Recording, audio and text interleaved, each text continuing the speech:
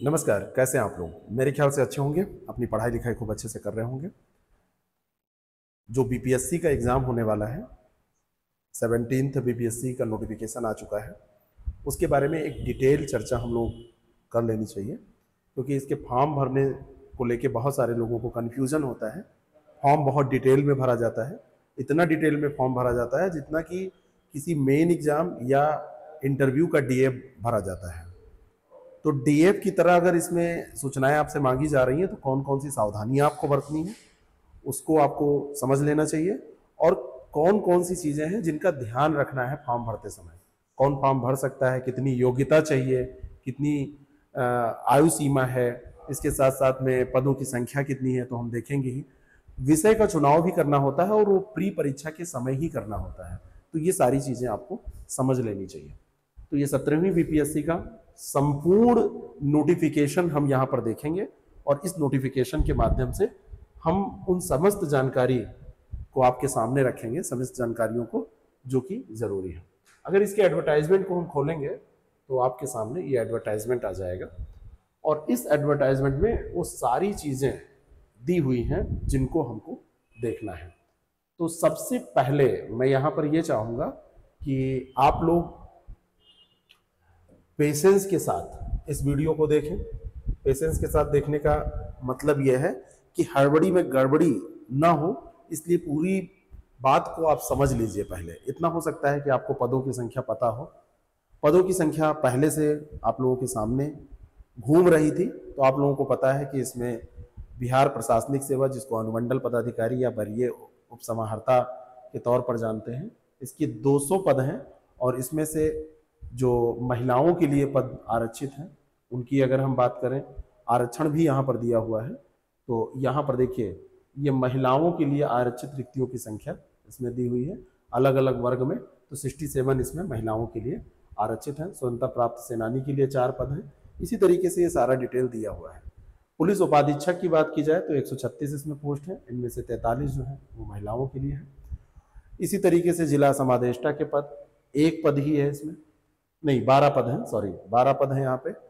और कारा अधीक्षक बिहार कारा सेवा, गृह विभाग कारा, तो इसके पदों की संख्या देखी जाए तो 3 है। राज्य कर सहायक आयुक्त, इसमें 168 पद हैं, 55 इसमें आरक्षित है। यहाँ पे महिलाओं को जो आरक्षण दिया जाता है वो 35% का आरक्षण है। यूपी में जो महिलाओं को आरक्षण है वो 20% का आरक्षण है। यहाँ पर महिलाओं का आरक्षण ज़्यादा है। यहाँ पर एज में भी महिलाओं को अदर स्टेट की जो महिलाएं हैं उनको छूट दी गई है पुरुषों की अपेक्षा। कोई पुरुष वहाँ पे फॉर्म डालेगा तो जनरल कैटेगरी में आएगा तो 37 साल, लेकिन महिलाओं को 40 साल तक छूट दी गई है, उसकी भी बात अभी हम करेंगे। इसी तरीके से और भी पद हैं इसमें, अवर निर्वाचन पदाधिकारी, बिहार शिक्षा सेवा, सहायक निदेशक समाज कल्याण विभाग, सहायक निदेशक बाल संरक्षण सेवा समाज कल्याण विभाग, जिला अल्पसंख्यक कल्याण पदाधिकारी, ईक पदाधिकारी, यानी कि यहाँ पे जो गन्ना अधिकारी का पद होता है यूपी में, ठीक उसी तरीके से नियोजन पदाधिकारी, सहायक योजना पदाधिकारी, अपर जिला परिवहन पदाधिकारी, नगर कार्यपालक पदाधिकारी, नगर विकास एवं आवास विभाग की पोस्ट है, ग्रामीण विकास पदाधिकारी, राजस्व अधिकारी, सम परिवर्तन पदाधिकारी, प्रखंड पंचायत राज पदाधिकारी, आपूर्ति निरीक्षक, खाद्य एवं उपभोक्ता संरक्षक, प्रखंड अनुसूचित जाति अनुसूचित जनजाति कल्याण पदाधिकारी, प्रखंड अल्पसंख्यक कल्याण पदाधिकारी। उसके बाद में एक पोस्ट है यहाँ पर जो है बाल विकास परियोजना पदाधिकारी। और इस पोस्ट की अगर हम बात करें तो इसके फॉर्म अगर आप भरना चाहते हैं, ये सारणी सेकंड में अलग से दिया हुआ है, तो इसके फॉर्म को भरने के लिए थोड़ी सी चीजें आपको अलग से जाननी पड़ेगी, वो बहुत इंपॉर्टेंट है। यहाँ पर जो पदों की संख्या है इसमें 12 पद दिए हुए हैं और इनके लिए क्या आवश्यक योग्यता है उसकी बात अभी हम यहाँ पर किए ले रहे हैं। तो चलिए हम आगे बढ़ते हैं अपने नोटिफिकेशन में और इसमें देखने की कोशिश करते हैं कि हमको कौन कौन सी चीज़ें इसमें ध्यान रखनी है। जो शैक्षिक योग्यता की बात की गई है बीपीएससी के लिए, बीपीएससी में यानी कि जो 17वीं संयुक्त प्रतियोगिता परीक्षा हो रही है, बीपीएससी में तो बाल विकास की भी परीक्षा हो रही है, लेकिन यहाँ पर जो योग्यता है, यहाँ पर जो पहला खंड हमने देखा है जिसको आप सामान्य तौर पर सिविल सर्विसेज के एग्जाम के तौर पर, स्टेट सिविल सर्विसेज के एग्जाम के तौर पर जान रहे हैं, उसमें कहीं पर भी स्नातक परीक्षा अगर आपने पास कर ली है किसी भी श्रेणी से तो आप फॉर्म डाल सकते हैं। बीए है, बीएससी हैं, आपने बीटेक किया है, आपने इंजीनियरिंग पढ़ी है, आपने बीई किया है, जो भी किया है आपने डॉक्टर की पढ़ाई की है, एमबीबीएस किया हुआ है, आप फॉर्म डाल सकते हैं। लेकिन बाल विकास परियोजना अधिकारी में एक चीज और इसमें जरूरी है कि इसमें वैकल्पिक विषय के तौर पर इन्हीं विषयों में से आपको चुनाव करना है। यहाँ पर भी वैकल्पिक विषयों का चुनाव करना है मेन एग्जाम के लिए, लेकिन यहाँ पर इन्हीं चारों विषयों में से चुनाव करना है। तो जो इसका ज्ञान रखते हैं वो लोग फॉर्म डाल सकते हैं। बात समझ में? अब ऑनलाइन आवेदन इसमें होगा। और आरक्षण की जो बात है, आरक्षण आप लोग जानते हैं कैसे कैसे इसमें दिया जाता है। आरक्षण का लाभ राज्य सरकार के प्रचलित आरक्षण नियमों के अनुसार होगा और इसमें जो स्टेट की आरक्षण की पॉलिसी है उसके आधार पर दिया जाएगा। और ईडब्ल्यूएस का आरक्षण भी वैसे ही दिया जाएगा। आरक्षण की जो कोटियां इन्होंने निर्धारित की हैं उसमें एक अनरिजर्व वर्ग है जिसको कोई आरक्षण नहीं दिया जाएगा, उसका कोड 1 है। दूसरा एससी है, कोड 2, एसटी है, कोड 3। जो एक्सट्रीमली बैकवर्ड क्लास है, ईबीसी उसको बोलते हैं, अत्यंत पिछड़ा वर्ग, उसका कोड 4 है। बैकवर्ड क्लास बीसी का 5 है। बैकवर्ड क्लास लेडीज, यहाँ पर अलग से एक ये कॉलम बना हुआ है, बैकवर्ड क्लास लेडीज। और आर्थिक रूप से कमजोर वर्ग यानी कि ईडब्ल्यूएस की बात किया है तो ये 6-7 इनका कोड दिया गया है। तो ये आपको ध्यान रखना है। और साथ में यहाँ पर जो विकलांग दिव्यांग लोग हैं उनको 4% का आरक्षण, इसके बारे में भी स्पष्ट तौर पर यह प्रावधान किया गया है। बात समझ में आई? अब आप आगे बढ़ेंगे तो यहाँ पर कुछ बातें हैं जिनको आपको देख लेना चाहिए। उम्र सीमा, उम्र सीमा यहाँ पर कुछ पद हैं जो 20 साल, कुछ 21 साल, कुछ 22 साल, अलग अलग है। और इनकी सूची देखिए यहाँ पर शुरू में ही दे दी गई है। जो पद हैं, जो शर्तें हैं, देखिए यहाँ पर एसडीएम के लिए नहीं, एसडीएम की बात नहीं है ये, यहाँ से शुरू करते हैं। एसडीएम के लिए 22 साल, लेकिन पुलिस उपाधीक्षक 20 साल में ही आप बन सकते हैं। ऐसे ये पूरी सूची दी हुई है और ये नोटिफिकेशन आप हमारे टेलीग्राम चैनल से भी डाउनलोड कर सकते हैं। बाकी बीपीएससी की साइट से मैंने अभी डाउनलोड किया है, वहां से भी इसको डाउनलोड कर सकते हैं, आप इसको देख सकते हैं। तो यहाँ पर 20 साल, 21 साल और 22 साल ये न्यूनतम उम्र का जो प्रावधान दिया गया है इसको आप देखिएगा। और उसके बाद में जो अधिकतम उम्र की बात है तो अधिकतम में यह ध्यान रखना है कि अनारक्षित पुरुष को 37 साल तक यह अवसर दिया जाएगा। जो अनारक्षित पुरुष है, अनारक्षित पुरुष में वहां स्टेट का जो अनरिजर्व कैटेगरी का पुरुष है और साथ में जो बाहर का जो भी कैंडिडेट अगर मेल है और किसी अदर स्टेट का रहने वाला है तो उसको अनारक्षित श्रेणी में ही दर्ज किया जाता है, उसको वही माना जाता है। तो उसको 37 साल तक फॉर्म भरने का ये दिया गया है कि 37 साल तक वो फॉर्म भर सकता है। और यहाँ पर ये ध्यान रखना है कि जो डेट की गणना ये कर रहे हैं ये 1 अक्टूबर 2024 तक कर रहे हैं, यानी 1 अक्टूबर 2024 तक न्यूनतम 20, 21, 22 साल आप पूरा कर चुके हों अपनी उम्र का, और अधिकतम 37 साल अगर आप अनारक्षित वर्ग में आते हैं। अनारक्षित महिला और पिछड़ा वर्ग, अत्यंत पिछड़ा वर्ग, पुरुष एवं महिला चाहे जो हो अत्यंत पिछड़ा वर्ग में, उसको 40 साल तक, यानी कि अदर स्टेट की महिला अगर फॉर्म डालेगी तो 40 साल तक डाल सकती है और अगर पुरुष डालेगा तो 37 साल तक डाल सकता है। अनुसूचित जाति, अनुसूचित जनजाति, पुरुष और महिला को 42 साल। और बाकी इसमें जहां जो पद की बात की गई है उसके हिसाब से उम्र की जरूरत यहाँ पर है, वो आप देख सकते हैं। ठीक है। अब यहाँ पर एक चीज और है कि अगर कोई महिला है और वो महिला आरक्षण का दावा कर रही है तो आरक्षण का दावा करने के लिए उसको जो जाति प्रमाण पत्र लगाना होगा वो जाति प्रमाण पत्र उसको अपने पिता की तरफ से जो जारी होता है उसी को लगाना होगा। पति की तरफ से जाति प्रमाण पत्र जो जारी है वो नहीं माना जाता है, ये चीज ध्यान रखिएगा। बाकी और भी जो आरक्षण हैं वो सारे आरक्षण भी इसमें जो अन्य स्टेट में भी आपको मिलते हैं वो मिलेंगे, जैसे भूतपूर्व सैनिक का आरक्षण है, ठीक इसी तरीके से ये सब आरक्षण यहाँ पर मिल जाएंगे। शारीरिक क्षमता की अगर बात की जाए तो उम्मीदवार को स्वस्थ सुगठित शरीर वाला, सक्रिय होना चाहिए, शारीरिक दोष से मुक्त होना चाहिए जिससे कि कर्तव्यों का पालन वो कर सके, ये सारी चीजें हैं। और शारीरिक जो हाइट की बात की गई है, शारीरिक क्षमताओं की बात की गई है, उसकी आगे लिस्टिंग दी गई है, उसको अभी हम देख लेंगे।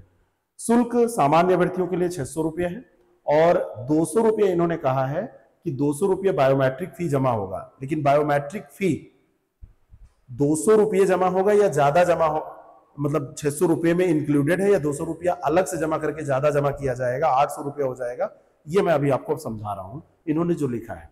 सामान्य अभ्यर्थियों के लिए 600 रुपये है। केवल बिहार राज्य के SC ST के लिए 150 है और बिहार राज्य की स्थायी निवासी सभी आरक्षित अनारक्षित वर्ग की महिला उम्मीदवारों के लिए 150 है।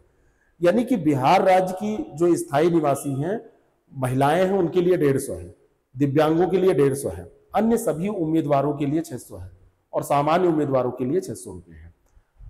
अब यहां पर एक चीज देखिएगा, महिलाओं की फीस कितनी पड़ेगी? बिहार राज्य की स्थायी निवासी सभी आरक्षित अनारक्षित वर्ग महिला उम्मीदवारों के लिए 150 है, लेकिन बाहर का कोई उम्मीदवार होगा तो उसकी फीस 600 रुपये पड़ेगी। एक चीज ये जान लीजिए, 200 रुपये इन्होंने ये कहा है कि 200 रुपये उसको ज्यादा देने पड़ेंगे जो लोग, वैसे अभ्यर्थी जिनके द्वारा ऑनलाइन आवेदन में पहचान पत्र के रूप में आधार संख्या अंकित की जाती है, तो उन्हें बायोमेट्रिक फी के रूप में 200 रुपये अतिरिक्त शुल्क का भुगतान नहीं करना होगा। तो आप लोग आधार लगा देंगे तो 200 रुपये नहीं देना होगा, क्योंकि बायोमेट्रिक में आधार वाले सिस्टम में पूरा आ जाता है, तो अलग से उसका वेरिफिकेशन नहीं कराना पड़ेगा, इसलिए ये पैसा नहीं लेंगे। आधार भाई एक हमारा राष्ट्रीय दस्तावेज है, तो इस तरीके से 200 रुपये ये उनसे नहीं लिए जाएंगे जो लोग आधार को यहाँ पर आधार बनाकर अपनी परीक्षा का फॉर्म भरेंगे। बाकी अगर आप मान लीजिए कि आपने DL लगा दिया या कोई और ID लगा दी, तो बायोमेट्रिक के लिए 200 रुपये आपको अलग से जमा करने होंगे। ये बात आपको समझ में आई होगी। अब यहाँ पर जो परीक्षा है पूरी, इस परीक्षा में निगेटिव मार्किंग इस बार से शुरू हो रही है। तो निगेटिव मार्किंग जो शुरू हो रही है, पहले मैंने आपसे एक वीडियो में बताया था कि 1/3 निगेटिव मार्किंग होगी, तो कुछ लोगों ने कहा कि नहीं सर 1/3 नहीं 1/4 होगी। नोटिफिकेशन आ चुका है, 1/3 निगेटिव मार्किंग होगी। जो ये इंटीग्रेटेड प्रीलिम्स एग्जाम आपका हो रहा है, इसमें 150 प्रश्नों का प्रश्न पत्र आपसे 2 घंटे की अवधि में पूछा जाएगा और 150 प्रश्न होंगे और 1/3 निगेटिव मार्किंग इसमें होने जा रही है। कितनी निगेटिव मार्किंग होने जा रही है? 1/3 निगेटिव मार्किंग होने जा रही है। तो 1/3 निगेटिव मार्किंग यानी कि 3 सवाल अगर आप गलत करेंगे तो 1 सवाल जो आप सही करेंगे उसका मार्क कट जाएगा आपका। बहुविकल्पीय प्रश्न आपसे पूछे जाते हैं, उसका उत्तर देना होगा, एक ही उत्तर आप देंगे, एक से ज्यादा उत्तर देने की कोई जरूरत भी नहीं है। तो और इसी में जब आप पास कर जाएंगे तो पास करने के बाद आप मुख्य परीक्षा देंगे। मुख्य परीक्षा में उम्मीदवारों की जो संख्या होगी वो वैकेंसी की 10 गुनी संख्या होगी। अगर 2000 के वैकेंसी का डेटा हम लोग माने, अभी संख्या और बढ़ भी जाएगी, 2000 से ज्यादा भी हो सकती है। तो मुख्य परीक्षा में लगभग 20,000 लोग पार्टिसिपेट करेंगे, ठीक है। और उसके बाद में 2.5 गुने लोग उसका इंटरव्यू देंगे, यानी कि 2000 का 2.5 गुना, अगर 2000 हम मान के चल रहे हैं तो 5000 लोग इंटरव्यू देंगे। तो ये सारी चीजें तो आपको समझ में आ गई। प्रारंभिक परीक्षा में जो सामान्य वर्ग के लिए 40%, पिछड़ा वर्ग के लिए 36.5%, अत्यंत पिछड़ा वर्ग के लिए 34% और SC ST और महिलाओं निःशक्तता से ग्रस्त उम्मीदवारों के लिए 32% न्यूनतम अर्हता अंक प्राप्त करना अनिवार्य होगा। इससे नीचे अंक आते हैं तो आप मेरिट में नहीं शामिल किए जाएंगे। कम से कम इतना अनिवार्य होगा, बाकी चाहे सीटें खाली रह जाए। यूपी में कई बार ऐसा हुआ, लेकिन इससे नीचे नहीं। सामान्य वर्ग को 40% अंक लाने हैं। बात समझ में आ गई। जो मुख्य परीक्षा की बात है, तो मुख्य परीक्षा इसकी जो होगी उसमें एक पेपर होगा सामान्य हिंदी का, एक पेपर 2 पेपर GS का होगा और एक पेपर निबंध का होगा। लेकिन इसको बहुत सही से समझिएगा, यहाँ पर अभी प्रीलिम्स का फॉर्म भरते समय ही पूरी जानकारी आपको देनी पड़ेगी, वहां पर फॉर्म में डालना पड़ेगा इसको, इस डेटा को। एक विषय की बात भी इसमें है। सामान्य हिंदी का 100 अंक का पेपर आप उसमें 30% लाएंगे, पास कर जाएंगे, वो मार्क्स आपके मेन एग्जाम में नहीं जुड़ेगा। मेन एग्जाम में केवल GS का 2 पेपर है, यही जुड़ेगा। 300 अंकों का 2 पेपर और एक निबंध का पेपर। 900 अंकों का मेन एग्जाम आपका ये होगा, ये 900 अंक आपके हो गए। और उसके बाद में इसमें इंटरव्यू जो होगा वो 120 अंक का होगा। आगे अभी मैं उसके बारे में बता रहा हूं, नोटिफिकेशन में आगे लिखा हुआ है। तो टोटल 1020 अंकों में आपकी मेरिट बनेगी। ये कितना हो गया? 1020 अंक हो गया। इसी पे आपकी मेरिट बननी है।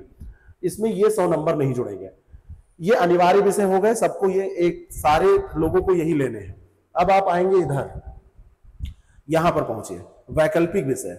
वैकल्पिक विषय का भी चुनाव करना है आपको, और इसको प्रीलिम्स एग्जाम का जब आप फॉर्म डाल रहे हैं उसी समय इसको भर देना है। एक चीज ये ध्यान रखिएगा, जो अनिवार्य विषय है वो तो सबके लिए जो है वो है ही है। वैकल्पिक विषय का भी आपको चुनाव इसी समय करना है। यहाँ पे बहुत सही से ध्यान रखिएगा और ये वैकल्पिक विषय आप सही से भरिएगा। तो ये जो वैकल्पिक विषय का आप चुनाव करेंगे, ये ऑब्जेक्टिव टाइप के 100 क्वेश्चन आपसे पूछे जाएंगे, 100 प्रश्न एमसीक्यूज आपसे पूछे जाएंगे।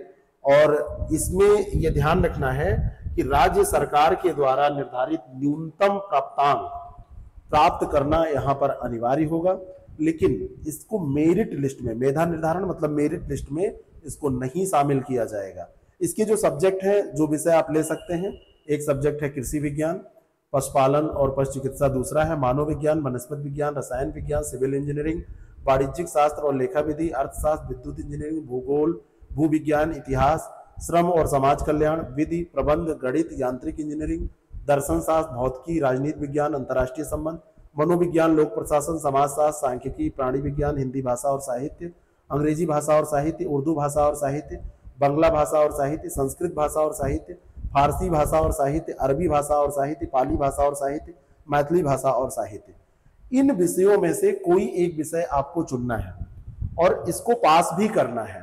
इसको पास करना ही है, नंबर इसके नहीं जोड़ेंगे, लेकिन इसको पास करना है। अब कई लोग गलती करते हैं कि यहाँ से कोई भी विषय उठा के भर देते हैं। कैफे में जाएंगे, वो कहेगा कि इसका कोई मतलब नहीं, मैं भर दूं, तो वो विषय भर देते हैं और उसको भरने के बाद में फिर लोग कहते हैं कि अरे देखा जाएगा बाद में। नहीं, कहीं 1-2 नंबर आपके कम रह गए तो जो विषय आपने पढ़ रखे हैं, ग्रेजुएशन में आपके विषय है या आपने यूपीएससी की तैयारी की है, जो विषय आपको आता है, जीएस में जो विषय आपने अच्छा पढ़ा है उसमें से भी कई विषय इसमें आपको मिल जाएंगे, या आपने एकेडमिक में जैसे गणित पढ़ा है, विधि पढ़ा है, इतिहास कुछ भी पढ़ा है, भूगोल पढ़ा है, तो उन विषयों को देखिए, इनमें से जो विषय आपके हों उन विषयों का यहाँ पर चयन कीजिएगा। ऐसे कोई भी विषय यहाँ पर मत भर दीजिएगा, नहीं तो दिक्कत होगी। ये बहुत जरूरी है, इन विषयों में से अपना विषय छांट लीजिए। सबसे ज्यादा ध्यान रखने योग्य बात यही है।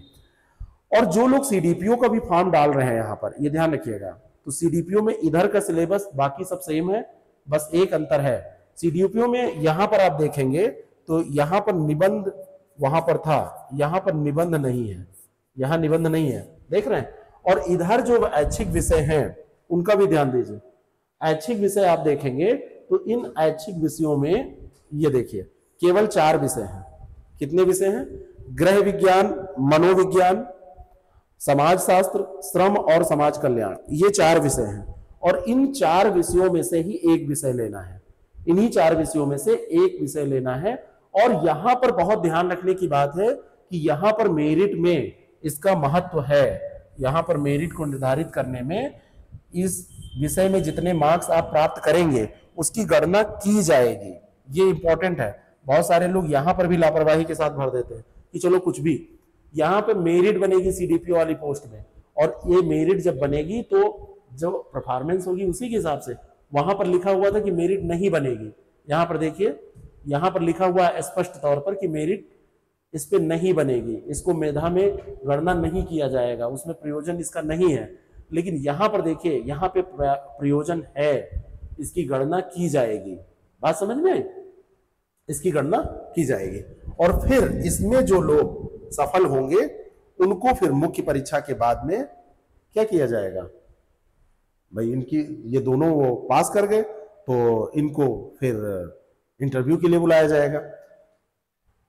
प्रश्न पत्र हिंदी और अंग्रेजी दोनों भाषा में होंगे, जिस माध्यम में आपको देना है उसको दे लीजिए। यहां पर भी मेंस परीक्षा में भी न्यूनतम अंक का प्रावधान है, 40% और 36.5 34%, 32%।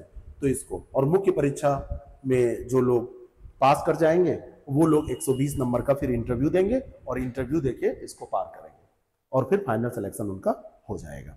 ठीक है, इस तरीके से आप देखेंगे तो ये टोटल जो मेधा सूची बनेगी 900 अंकों की मुख्य परीक्षा की आपकी ये सूची बन जाएगी, और 120 अंक आपके साक्षात्कार के हो जाएंगे। कुछ लोग कहते हैं कि सीडीपीओ में साक्षात्कार है कि नहीं है। सीडीपीओ में भी साक्षात्कार है, और यहां पर भी 900 अंक पे ही मेरिट बनेगी, क्योंकि यहां पर निबंध नहीं है, लेकिन एक ऐच्छिक विषय 300 अंकों का यहां शामिल कर लिया गया है। तो दोनों में बराबर 120 अगर उसको जोड़ देंगे साक्षात्कार का तो 1020 ये हो जाएगा। तो फॉर्म भरते समय इस सब्जेक्ट का चुनाव करना बहुत जरूरी है। ऑनलाइन आवेदन प्रारंभ करने की तिथि 28/9 है, 28 सितंबर से शुरू होगा और 18 अक्टूबर को ये समाप्त हो जाएगा। इसको ध्यान रखिएगा, ये बहुत इंपॉर्टेंट है क्योंकि सर्वर इनका अक्सर डाउन हो जाता है। तो शुरुआती दिनों में ही फॉर्म भर लीजिएगा। पहले आपको OTR करना है, वन टाइम रजिस्ट्रेशन, और वन टाइम रजिस्ट्रेशन के बाद यूजर ID पासवर्ड आपको मिल जाएगा और फिर उसमें आपको फॉर्म भर देना है और इस यूजर ID पासवर्ड को आपको ध्यान रखना है। फीस जमा कर देनी है, ये सारी बातें आप जानते ही हैं। और इसमें कुछ बातें जो हम आपसे कहने वाले थे कि यहाँ पर जो शैक्षणिक अभियोग्यता तो हो गई, अब यहाँ पर देखिए, यहाँ पर जिन पदों में इसकी जरूरत है तो उन पदों को आप अपने हिसाब से देख लीजिएगा, वहां पर कितनी हाइट चाहिए। तो कुछ पदों के लिए 62.5 इंच और 65 इंच से मतलब कम नहीं चाहिए, 62.5 इंच और 65 इंच, कहीं पर 65 इंच से 68 इंच, कहीं पे 68 से 70 इंच, कहीं पे 70। तो जितनी वर्दी वाली पोस्ट हैं उसी के हिसाब से ये दिया हुआ है और सबको इसमें छूट भी दी जाती है। महिलाओं के लिए अलग होता है और SC ST के लिए अलग होता है, तो सामान्य कैंडिडेट के लिए अलग होता है। बस इतनी ही जानकारी इसमें जो विशेष थी, ठीक है। बाकी इसमें जो दृष्टि की बात की जाती है तो चश्मा रहित दूरदृष्टि 6/24 होनी चाहिए, अच्छी और खराब आंख दोनों की। चश्मा लगाने पर 6/6, 6/12 खराब आंख की होनी चाहिए, 6/6 अच्छी आंख की। और व्यक्त दीर्घ वृत्ति, ये सारी चीजें हैं जिनको ये प्रॉब्लम होती हैं या ऐसा कुछ होता है वो लोग जानते ही रहते हैं। तो इतना आप जान लीजिएगा। बाकी जब आप सेलेक्ट हो जाएंगे, मेडिकल वगैरह होगा, तो आप आसानी से समझ जाएंगे कि इसमें और क्या क्या जरूरी है। इस पूरी एग्जाम की तैयारी आप हमारे इस चैनल पर क्लासेस मिलना शुरू हो गई हैं, उसकी मदद से कर सकते हैं। इसमें टेस्ट सीरीज वगैरह भी आप लोग हमारी मदद से सॉल्व कर सकते हैं, ले सकते हैं, अच्छे तरीके से तैयारी कर सकते हैं। क्लासेस आप देखते रहिए। बाकी कोई प्रश्न होगा तो आप बताइएगा, हम उसका जवाब देंगे। Thank you so much.